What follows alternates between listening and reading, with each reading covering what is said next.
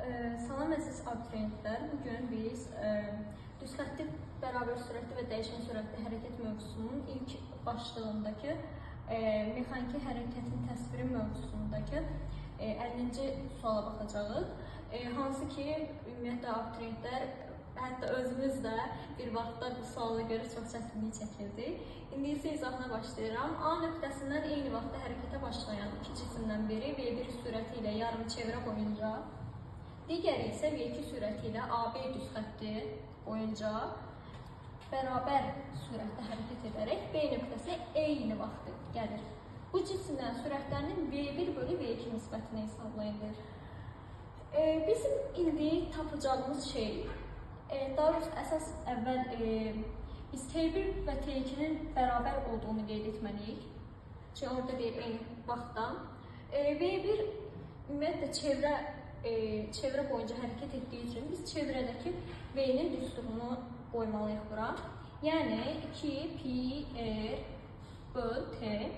Biz indi burada nə edirik? Burada T-ni görürük ya biz. T-ni ümumiyyətlə bilirik ki, kiçik T böl N-dir düsturumuz.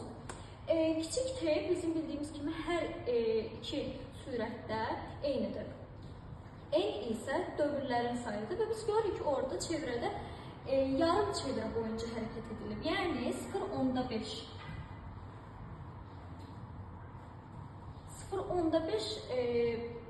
dövr sayı qədər dövrə edilib. Ona görə T-ni 0.5-ə böldükdə 2T meydana gəlir. İndi nə edirik? 2 pi r. İndi biz burada böyük T-ni, yəni periodun yerinə 2 T-ni qoyuruq. 2-lər burada ixtisar getdi, qaldı pi r böl kiçik T. Bu bizim ilk V1'imiz. V2-ni necə tapırıq? V2-də deyir ki, AB düzxətti boyunca bərabər sürətlə hərəkət edərək. Görürük ki, burada AB hissəsi ümumiyyətlə çevrənin 2 dənə radiusudur. Düzdürmü? İndi biz nə edirik? Düzxətti bərabər sürətli hərəkətdə V-nin düsturunu bilirik ki, S böl T-dir.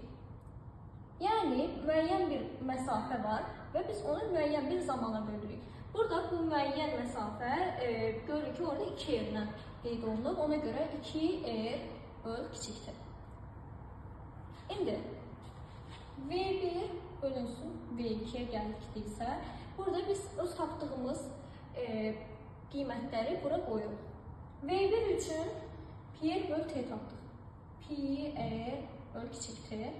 Və burada böləndə bilirik ki, biz sürətlə məxrəc yerini dəyişdik. Ona görə 2 r böl T-ni biz T bölünsün 2 r yazırıq. Burada T-lər ixtisar gedir, r-lər ixtisar gedir və ilkin nəticə olaraq qalır pi böl 2. Yəni cavab B variantı.